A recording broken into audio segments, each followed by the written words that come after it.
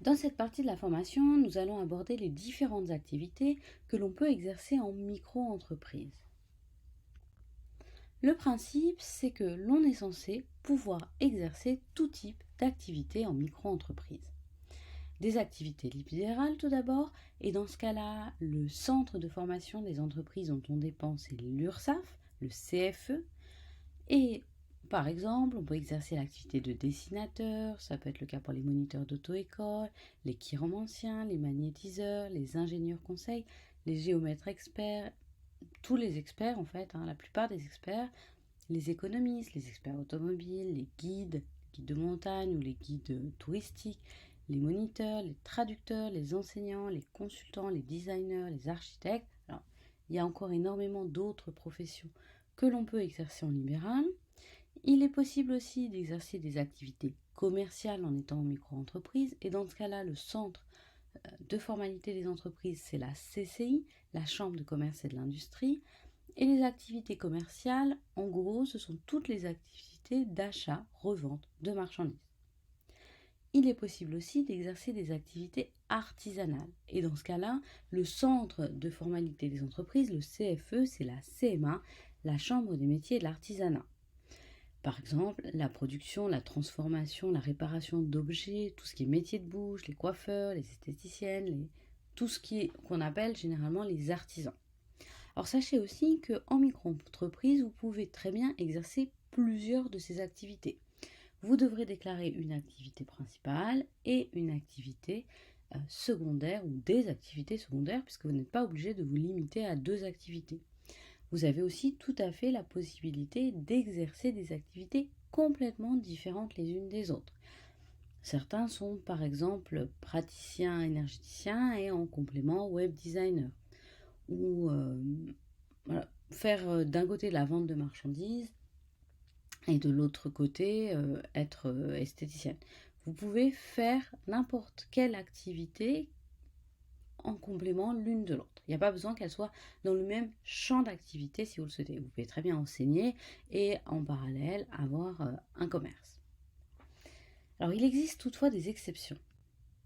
Les exceptions, il y a des interdictions tout d'abord. En fait, certains métiers ne peuvent pas être exercés avec le statut de micro-entrepreneur. Alors c'est pas lié à l'activité elle-même, c'est lié tout d'abord au CFE, au régime social dont dépendent ces activités. C'est le cas de tout ce qui est métier agricole. Tous les métiers agricoles sont reliés au régime social de la MSA, la mutuelle santé agricole, et donc du coup, ils ne peuvent pas exercer leur activité en micro-entreprise. Ils ont un régime différent. Alors, ce n'est pas le cas pour les petits jardinages qui peuvent être exercés en complément d'une activité principale, qui peut être par exemple une activité de service à la personne. Mais dans ce cas-là, attention, le jardinage ne peut être exercé dans le cadre de la micro-entreprise que s'il est une activité complémentaire et non une activité principale. Si c'est une activité principale, il tombe sous le coup de la MSA. Les professions libérales réglementées n'ont aussi pas le droit d'avoir le statut de micro-entrepreneur. C'est le cas de tout ce qui est profession juridique et judiciaire, les avocats, les notaires, les huissiers, les commissaires de justice.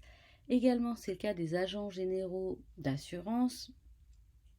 C'est le cas des professions médicales, notamment les médecins. C'est le cas des experts comptables et des commissaires aux comptes. Donc, toutes ces professions, ce sont des professions libérales, mais elles sont réglementées, donc elles sont exclues du statut de micro-entreprise. Enfin, également, les métiers de l'immobilier ne peuvent pas exercer en micro-entreprise. Alors eux, c'est parce qu'ils bénéficient d'un régime différent de TVA pour la TVA immobilière. C'est le cas des marchands de biens et des agents immobiliers. Alors attention, ça dépend de s'ils vendent ou non le bien. S'ils sont des intermédiaires immobiliers, ils peuvent exercer en micro-entreprise. En revanche, si c'est eux qui facturent les ventes, à ce moment-là, ce n'est pas le cas et ils doivent bénéficier d'un régime particulier.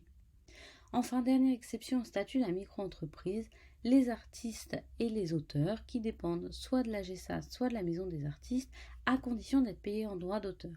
Les artistes qui sont payés, non pas en droit d'auteur, mais qui sont payés en honoraires, qui font des factures, dans ce cas-là, peuvent avoir le statut de micro-entrepreneur. Mais tout ce qui est payé en droit d'auteur dépend d'un autre organisme et ne peut pas avoir le statut de micro-entrepreneur. Voici pour cette partie de formation, je vous retrouve tout de suite pour la suite.